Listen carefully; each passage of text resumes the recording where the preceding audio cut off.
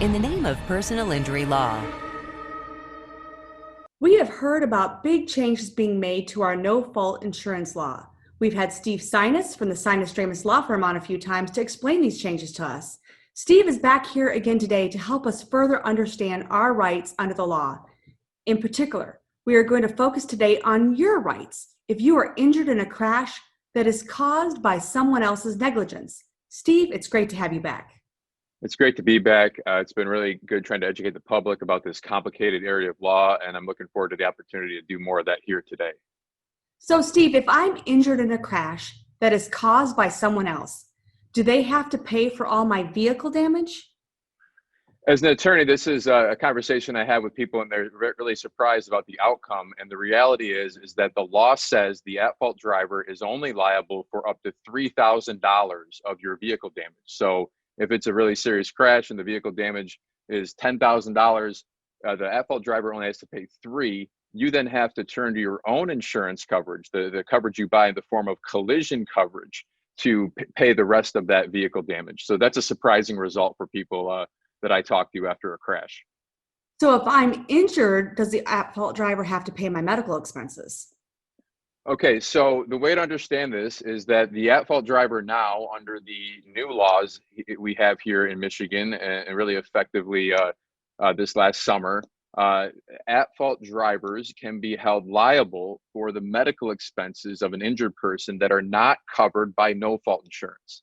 So the way this puzzle comes together is that now under the laws, people can buy less than lifetime medical expense coverage on their no-fault insurance policy. So they used to have to buy lifetime expenses. That meant they couldn't sue the at-fault driver for their medical expenses because they were already covered under no-fault. Now people can buy these limited policies. So if you are one of those people who buy a limited policy, your medical expenses are limited to that amount under your no-fault coverage, and then you can turn to the at-fault driver for your uncovered medical expenses. The thing I want to point out, though, is that means that all of us can be held liable for each other's medical expenses. That was not a reality under the old form of the no-fault law we had here in Michigan. Now we must all understand that there is this reality where we can make a mistake and somebody could be catastrophically injured and they can sue us for millions of dollars of lifetime medical expense coverage. So we need to buy liability insurance, and a lot of it now under these new laws to protect ourselves from those type of situations. So what about damages for pain and suffering? Okay, so if you're injured in a crash and it's someone else's fault and you're experiencing the pain and the suffering and all the loss of quality of life aspects that come from your injuries, you may be wondering, how am I going to get compensation for this? And the answer to that question is that you can pursue compensation from an at-fault driver, but you have to sustain a serious injury. And the law has a definition of what's a serious injury. It includes death, and then there's this other term, permanent serious disfigurement, which covers amputations and serious scarring. But most cases fall under the definition of serious impairment of body function. And the law requires an analysis about whether somebody was objectively injured in such a meaningful way that affects their general ability to lead their normal life. And there's a bunch of case law that deals with that standard. What the viewer should understand is that if you are injured in a crash caused by someone else's negligence, it's not necessarily the case you can pursue pain and suffering damages. You have to have a serious enough injury that passes those legal standards to have that right. And if you can't pass that test, you don't have that type of claim. So if I'm injured and I either can't go back to work for a period of time, or maybe I have to work a reduced schedule, who pays for that? Okay, so going back to the idea of a puzzle here, no-fault insurance is part of the puzzle if you're injured in a crash, and your no-fault insurance coverage includes income loss benefits known as work loss benefits, but there are limitations to that coverage. It's supposed to cover the loss of income you would have earned if you were not injured, but it's capped at 85% of your gross income, and there's a statutory cap of $5,700 a month. So if you made more than that, you're going to be only subject to the cap amount from your no-fault insurance coverage. Bottom line is, whatever income loss you sustain that's not covered by no-fault insurance, you can pursue against the at-fault driver. But I want to make this point about the whole issue about suing the at-fault driver. There are insurance limits that everyone has. And so if you're at fault, you're going to be facing a situation where you need to know what kind of coverage that at-fault driver has. And if they have very limited liability insurance coverage, you may not be able to make much of a recovery. And that's one of the harsh realities of these at-fault driver claims. What were the insurance buying decisions of the at-fault driver? Okay, so if I'm the at-fault driver, if I'm the one that made the mistake and caused the accident, what rights do I have? Okay, and put this back in the big picture. We have no-fault insurance, and the idea of no-fault insurance, that medical expense coverage, that loss of income I've talked about, is that these are benefits we get from our own insurance company, and it's payable regardless of fault. That's why we call it no fault. So if you are the at-fault driver, you still get those benefits, but you don't get the pain and suffering claim. You don't get the income loss beyond what's payable under no fault. So without an at-fault driver, you're going to be limited by what your no-fault insurance coverage provides you. Well, and to understand the comparison, under the previous law, even if I was the at-fault driver, I could still get those benefits from my own insurance company, but now I can't?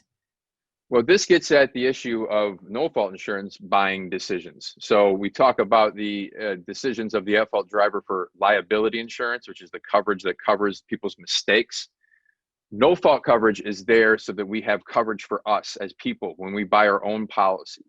And when you buy a less than lifetime policy under the new law, you are in a situation where maybe if you're at fault, or there's nobody at fault, it's black ice, it's a deer that jumps out in front of you, you are going to be subject to those limitations. Under the old law, everybody had lifetime. So in the deer cases, in the black ice cases, they always had lifetime medical. Now, if you buy less than lifetime, you could be facing harsh consequences of no full coverage for your injuries. Okay, great, Steve. Could you help us by giving us your top tips about what we should consider and look at when we're buying our own auto insurance? So we have a graphic on the screen, and this helps summarize what I'm about to say. But let me put the puzzle back together for you. You have no-fault insurance coverage. Those are benefits that are payable to you if you're injured, regardless of whether you're at fault. They include your medical expenses. They include loss of income. The new laws allow you to buy limited medical expense coverage, meaning less than lifetime. We recommend you buy lifetime because the limited coverages inherently are limited. And if you're catastrophically injured, you're going to need way more than $250,000, way more than $500,000. So lifetime no-fault coverage. And then you should also buy a lot of liability insurance, because this new reality is that you could be sued for millions of dollars of medical expenses. So your business, in terms of the vehicles it insures, everybody out there has this new liability. So you have to increase the liability insurance limits. And then I'll also make the recommendation of uninsured and underinsured motorist coverage. That's coverage we buy ourselves to protect ourselves in the event we're injured in a crash with a driver who doesn't have insurance or enough insurance. So you have all these damages you can pursue against the at-fault driver, but what if there's no insurance? The answer to the question that you want that to be is that you made the right decision and bought uninsured and underinsured motorist coverage, and you bought a lot of it. That means your insurance coverage or your insurance company has to step in the shoes of the at-fault driver and pay you the claim as if they were them. That's why you buy that coverage, and you should buy a lot of it. So those are my recommendations. And do all of these coverages that we now need to protect ourselves, are they going to cost a lot more than what we were paying previously? The reforms are passed with the idea that they're going to lower our rates. I would suggest that to the viewers that what's going to happen is that in order for you to have the coverage you want to have and that best protects your family, insurance coverage is not going to cost less. It's going to maybe cost more. Well, thank you, Steve, for this informative session. We really appreciate it. Thank you. In the Name of Personal Injury Law is brought to you by the Sinas Law Firm.